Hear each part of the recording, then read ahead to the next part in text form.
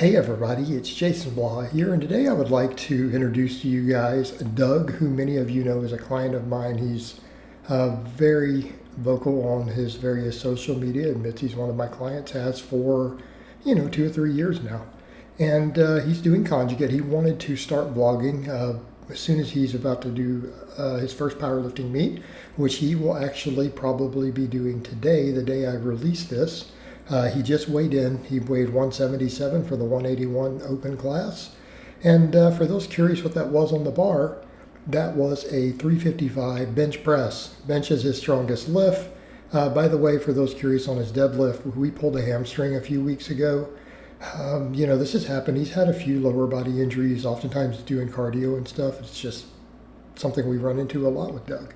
But he has a max squat, at least, a conservative max this week, and then we're going to come in, and he just wants to get his first meet done, get on the board, then we're going to qualify up next and try to get him to nationals next year.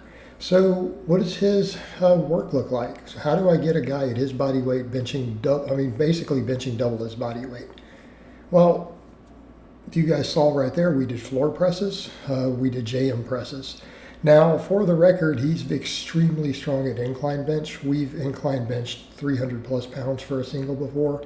His current home gym, I don't think we're set up to really incline as much as we would like, so I haven't been having him do it. You guys have seen him do it, I think, a long time ago. I put up a clip a couple years ago of like a 300 incline with him, though,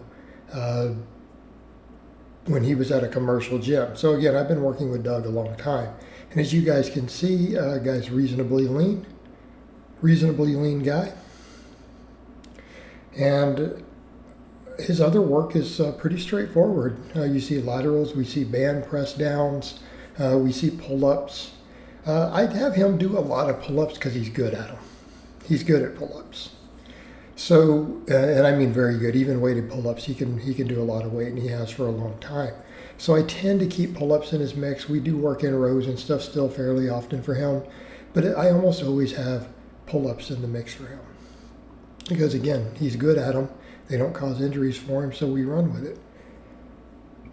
So his upper body max effort works pretty straightforward. Squat here, he built up to a conservative 385.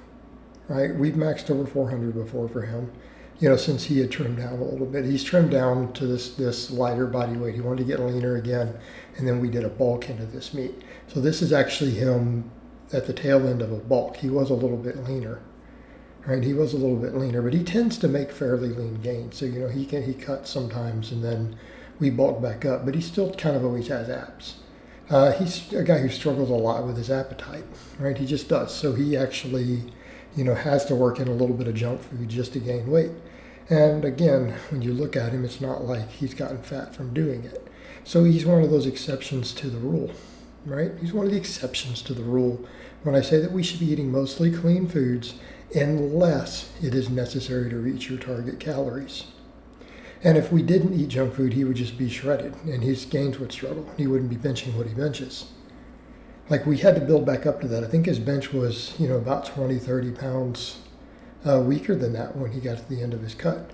But now he's bulked back up, body weight's back up, and we're able to do it. So his supplemental work, again on a conjugate here, kind of straightforward at the moment. You see some good mornings. We do goblet squats because, again, he doesn't have a lot of specialty bars. So what would I be able to do for leg work, for hypertrophy if we didn't do the goblet squats? Well, he could do split squats, step up, stuff like that. That's the stuff we use. He's got dumbbells. He's got a safety squat bar. It makes those convenient, but right now I'm just having him do the goblets. We do reverse hypers, right? And we're just now able to do these lifts again, the good mornings and the reverse hypers. We're coming off of a hamstring pull. So I've had a lot of people ask about that scout hyper.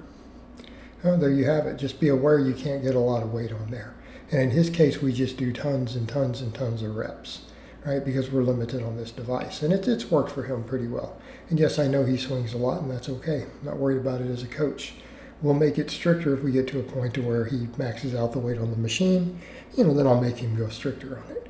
But as it stands, there's some swinging, but notice the scout hyper isn't kind of flopping around. So it's perfectly fine. All right, speed bench. So we do conjugate for him, so he does dynamic effort work. He's not really set up to easily do bands in his home right now. He doesn't have band pegs for this because, again, he only built this home gym, I think, just a couple months ago. Not really that long ago, a few months. So he's still kind of filling it out. I used to train him in a commercial gym. So speed bench, we just do straight weight. And so people look at that and think, well, that might be too light. Well, look at what he benches. Benches double his body weight raw with a pause. I don't think it's too light. All right, for some accessory work, we're doing a little bit of closed grip benching with that multi-grip cambered bar. I have that same bar, which I love for seal rows also. So again, working a little more tricep, because right now, people will notice that right, his work looks tricep dominant. It's because he's been slowing near his lockouts.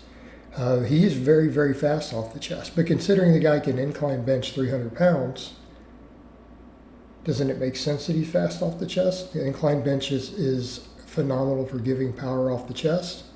He's also done overhead pressing with over 200, and we don't train the strict press. Perfect example when I say if you just get strong at bench and incline bench, your overhead press will be respectable. In his case, he's overhead pressed 200 plus just when we've gone around and tested it. He doesn't actually train it. So again, we see JM presses. We do lateral raises again, and he'll change these up. He'll do them seated. He'll do them standing. He has like a little machine he likes to play with them on too. I didn't put that into this. It's whatever that Chuck Norris glide thing is. He likes to get on there and actually do his laterals, and I don't care why, because as long as he's working the delt. Again, these is a smaller exercise. As long as we're getting tension on the target muscle and the ranges of motion we want, I don't care how he does it. If he wanted to use bands, wanted to use cables. You know, people will ask me with those things, oh, what's best? It's like there isn't. Right? They're just single joint movements. Okay? Don't overthink them. Just get in and perform them. Get some tension on the muscle, get a good pump, and be done. All right? We can overthink our big movements a little bit. We can overthink our press variations. But this is what his upper body training looks like. And I think the dude's got a pretty good size upper body, especially for a guy who's competing in the 181. And we didn't really water cut for that. I think he was up to 180. And I told him just pretty much fast through the morning, skip breakfast, don't drink any water, and go weigh in. And he did, and he came in 4 pounds under the weight class. And that's all he had to do. But he was right there at the cusp. We had debated, do we want to do the 165? Or not, at this point. But I'm like, no, let's just do the 181. That way you won't have to trim down. Let's just get in, get some good numbers, get some practice, and be done with it. All right, so what do we got here? Speed boxes, so dynamic effort, lower day. All right, speed box squats. Does a nice wide stance for these, sits back, and we pretty much just do doubles on those. Speed pulls, we do conventional. He's had some strains and pulls on sumo. So we're just leaving sumo alone for him for now. We just stick to conventional, and I'm fine with that. He's stronger on conventional anyways. So we do his speed pulls conventional. We do all of his deadlift variations conventional, and we don't really know what he's going to hit. I'll let him warm. I told him for his meet, just warm up, see how it feels. Maybe open with 365, then go 405 and get whatever. Just get your first meet out of the way, and try to get all white lights. And because we've come off a hamstring injury, we're not really as worried about that deadlift. Now we're going to do a qualifier coming up for nationals, so then we'll care about it a little bit more. All right, so his lower body training on dynamic effort day, same sort of stuff. I think I had him still do good mornings after the speed work. But it's just speed boxes, speed pulls, good mornings, goblet squats, reverse hypers, and then pull-ups. And I have him do a lot of times pull-up variations on all 4 days right now, just to get all that middle and upper back work in. And so he threw those in at the end here, so we've got that. And notice I do like to do the traction stuff near the end.